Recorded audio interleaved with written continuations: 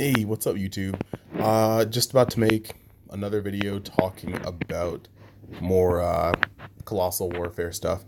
So, as most of you guys know, on Friday, I believe we get both the TP spoilers as well as the secret rares. So there's gonna be a lot to cover on that day, or maybe a little to cover depending on how bad the TPs are, or maybe how whack the secret rares are.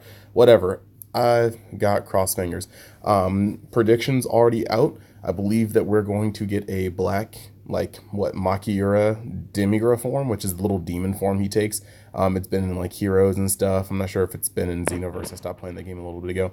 The yellow, or the other one, is up for anybody's guess. I was hoping to be yellow and black to finish the cycle, but I know at least we're getting a black.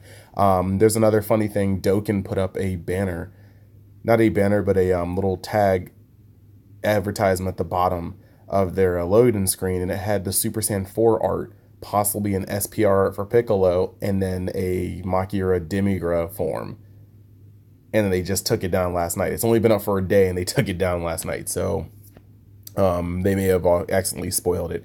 But yeah, past that, just hope you guys like, comment, subscribe, and I'll just go through these top 10 card video of just commons and rares and uncommons that kind of have my eye right now. So first one up, we've got Intensifying Power Trunks. As you guys have been talking about, it's a crit Kaba. You swing, you take a life to your hand, and he gains plus 10,000 in crit. Very, very, very, very, very excellent, because the thing about Kaba was, yes, Kaba awakened you, but Kaba gave your opponent a mad advantage. This card does not do that. You swing, you try to hammer them with crit. It's kind of wonderful. It fits automatically into those Super Saiyan red decks, because now you can run 8 red 1-drops that can possibly hit you with that. You can also run it in Mass Saiyan and Vegeta, so you have more crit threats and already crit strong decks, and that's wonderful. But also, he is a GT Trunks, and therefore a target for Chain Attack Trunks. He can actually evolve onto this guy for 2, meaning that most decks could Chain Attack for 3 mana, or Chain Attack on 2 mana if you've already played this Trunks on the first turn, so or the turn prior. So that's actually really, really good. The second card I'm about to go to isn't a different card really. It just essentially has the same exact effect, except it's my boy Gohan, so I love him more, and it's in a different color. So we're not even going to talk about this card because it's the same things. Now, in terms of color application, so I guess I lied to you. I will talk about this card a little bit. It's a little different because it's in green. And since it's in green, you know, maybe your Veggie decks with Mecha Frieza have a better time awakening. Not saying that, you know, you want to rush to awakening for Shugesh anymore. Also, at the same time, you're looking at lots of just green decks. I mean, the green variants that didn't have as many ways to awaken because they weren't using Kaba or no openings Goku now have this guy. So it's good. He's a Saiyan, he helps awaken, and he's in green, giving green some low-end awakening that they didn't have before. Next one, the actual next one, number 3, Ox King Dad at Heart. Permanent, all yellow battle cards in your battle area with an energy cost of 3 or less gain barrier. This is really, really important. There's a lot of tiny things that gain barrier from this. Some of the, I know it's intended for Goku's lineage to give some of the smaller ones barriers so they don't get wiped off the board. But what I really think this shines in is Universe 11. While he can't be searched out, at the same time, if you see 2 of this dude, like just one of this dude means your opponent has to answer this card immediately. And there are lots of ways to answer, lots of small little destruction.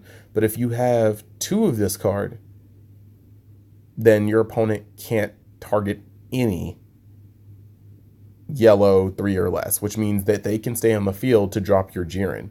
So I think this card actually will fit right into those Universe 11 decks if people feel like playing them. And let's face it, with 4 Nimbus, any amount of Roshis, and the their combo, Kaket Zone or whatever, you're gonna get to 5 mana. It's just like things have to go terribly wrong. Or do they? We're gonna get to that. Like there's gonna be some stupid things that come up here. Next, Os Power Tapion, however you want to pronounce it actually.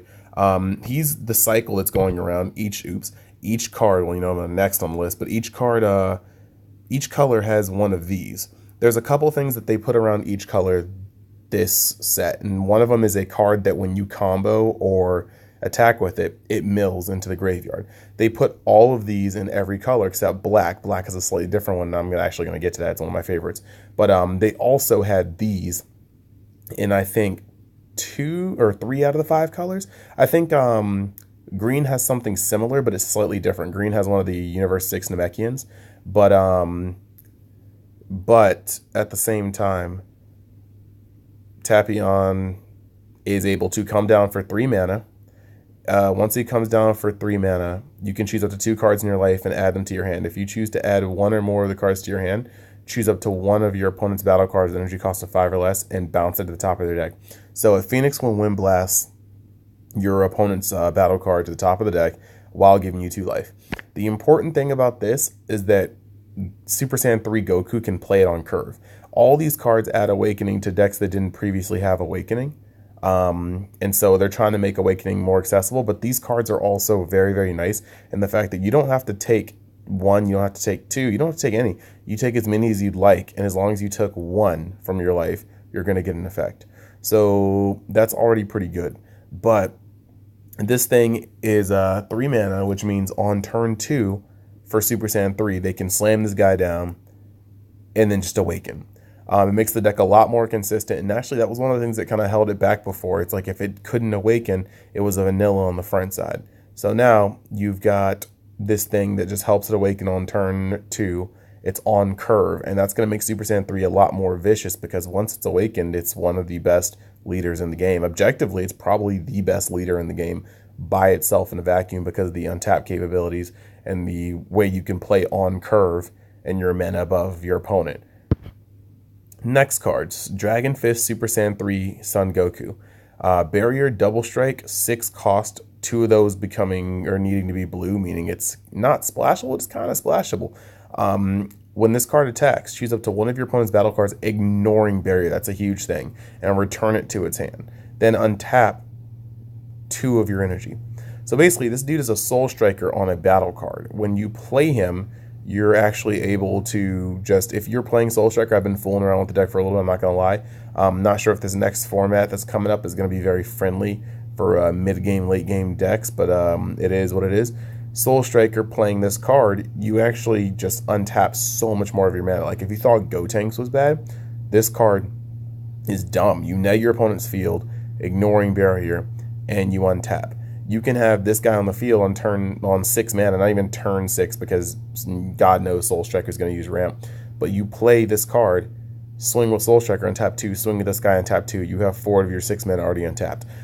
If you have 1 on the field already in Soul Striker, you can play a second one, swing with all 3 of them, and you get all 6 of your mana back, energy back, and you can actually play a third one on the same curve and swing and still have 2 mana untapped.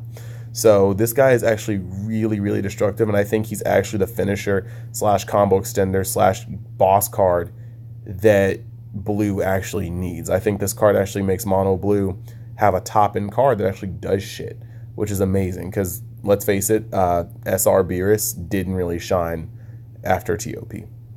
Moving forward, this card is the main offender, the Legendary Flute, aka Give Him the Flute, aka Legendary D. Like, if your leader card is blue, choose up to 1 of your opponent's battle cards, 1 of your or your opponent's battle cards, don't let that confuse you, with an energy cost of 3 or less and return it to the owner's hand. If that card was your own battle card, draw 1. At this simplest implication, you could bounce a 3-drop from your opponent's field. You know, you could bounce a blocker before you go in for game. You want to rev it up a little bit in terms of utility? Super Saiyan 3 Goku. Flip open your top 2 cards into your energy. Play a Corona or a Boo. Draw a card. Play Flute. Bring that Boo or Corona back to your hand. Draw another card. Play it again. Draw another card. It's only a +1 because you've used 2 cards in your hand and you've seen 3 cards. But at the same time, it's knock on wood. Hopefully my messenger doesn't go off because I forgot to mute it. Real talk, so I guess I'll speed this up. But this thing is actually just dumb on that because you're going to cycle through cards. If your hand wasn't set up, if you hadn't already seen the Tapion before, you're probably going to see it. However, the 3 draws this card's going to give you with a 1-drop draw cantrip. Past that, advanced plays, quote unquote, aggro. You could actually play your Kabas, your Trunkses, your Gohans, swing with them, have them give you the Awakening card, do their crit or double strike, and then you flute them back to your hand and you draw cards. So you go up on, you use 2 cards, you gain 2 cards back, but that 1 drop goes back to your hand. So technically your hand is at a +1. The card did its job and ducked back to your hand, so they can't just swing on it next turn. It is phenomenal, and I guarantee blue leaders are going to make a comeback, and this card is one of the reasons. It's actually one of the main culprits. Look out for it. You are going to be annoyed. The times where your opponent just normally would swing with the Kaba and you'd be able to swipe it next turn to get that free attack on your with your Awakened leader to draw a card that's not going to give a card to your opponent. No, Flute's going to change that. Not to mention at the same time, Flute's going to allow these 1 drops to actually make the distance and do what they're supposed to do. So moving on, next card, Time Control Kronoa. Kronoa, you guys already know what this does. It's got Deflect and it fucks Shugesh. That's essentially all it does. So I'm not going to really explain this. It's been the talk of the town for a good couple weeks. Gravy in Demigirl's Thrall. This is actually really, really hot to me. Remember when I said there was a card for each color that mills 3 into your grave, or your discard every time you attack or combo with it? Well, this card's that cycle, but in black, what they're trying to do is instead of filling up your graveyard and running out of deck, they're trying to get you to recycle the cards that are already in your warp. Both the new black leaders, once per turn, can put 3 cards back into your warp instead of, you know, just milling another 3 cards. So Gravy and Demigirl's Thrall, when you combo or attack with this, if your leader is black, choose up to 2 cards in your warp and place them into your drop area. So they're trying to recycle. It's actually very, very, very cute. You look at New Mira, he can use his Awakening ability 4 times before he's awakened. He's self-awakens. And if you look at the math, he's putting 12 cards total into your grave. You can then recycle them with his Awakened effect in cards like this. I really like that because then it's going to give black decks a lot more sustain than the Mass Sand, mill yourself out, and then hope that you kill them before you kill yourself. Dark Absorption Mira. This is one of my favorites, only because I feel like it's actually Union done right. Let me move this out of the way. But, so this thing is a 3-drop, overwhelm 3, not hard to do. Union Absorb 4. Place 1 Tawa from your warp under this card. Extremely easy to do. There's a lot of Tawas. You're going to be milling. You're going to be warping. Extremely easy to do. Heck, there is a 1-drop Toa that searches out Mira, so you could literally search out this card or the SR that it unions into and just go in. So I think this is Union Absorb done right. It can't be fucked because you drew the Union card, because right here it says you can, if your leader card is an Android or Toa, choose 1 Mira with an energy cost of 7 in your hand and warp it, or warp, hand or warp, and play it on top of this card in active mode. Excellent. Couple things about this that I really like. One, like I said, you can't draw the card and be screwed. It can be in your warp or in your hand, so you can search it out with the 1-drop and then Union Absorb from this. Excellent. Just right. Another thing, it comes in active mode, so if you're really trying to push for damage, you can swing with this card for 15, boost it to what you need to boost it, union it, and then it comes in active mode and you can get another swing in. That's very, very important. Incremental advantage is very, very important in this game. Do not forget these things. Next, note that it says a Android or a Toa leader. We don't have any Toa leaders yet, but I think they just snitched on themselves. So it is what it is. Expect that Toa leader at some point. Next, Dark Control Demon God Demigirl. I actually really like this card. 20k attack, Dark Overwhelm 4. You need 3 energy. However, when this card attacks, your opponent chooses 1 card from their hand and sends it to the warp. If that card is a battle card, combo it with it from with your combo area. This thing is a better Gotenks. You swing at anything, just not their leader, and they have to banish a card. Warp it. I'm sorry, I play Yu-Gi-Oh! And I play Magic. Exile, banish, warp, whatever. It's all the same thing. You warp it from the game, and if it's a battle card, your thing gets stronger. So, I mean, of course, you're sending out cards, and they might be ditching their minus Killy zones, their Representative Universe 7s, their flutes if they really just don't need the setup at that point. But imagine the time where there's a win condition, an unbreakable, and 2 super combos, and they have to give you an unbreakable. That's booty, like, for them, I guess. Like, you just went plus ultra. It's wonderful. Demigorgon looks like All Might, and you just, you know, smack them up while taking some extra cards to your hand and taking a card out of theirs. That's actually just an advantage swing. It's that they're going down while you're going up, and it's wonderful. I love this card. Moving past that, the last card, everybody's been talking about this too, minus Killy Zone. Activate main, send 3 cards from your drop area to your warp, choose 1 card, or draw 1 card, and your opponent may activate counter spells for the duration of the turn. Counter seals.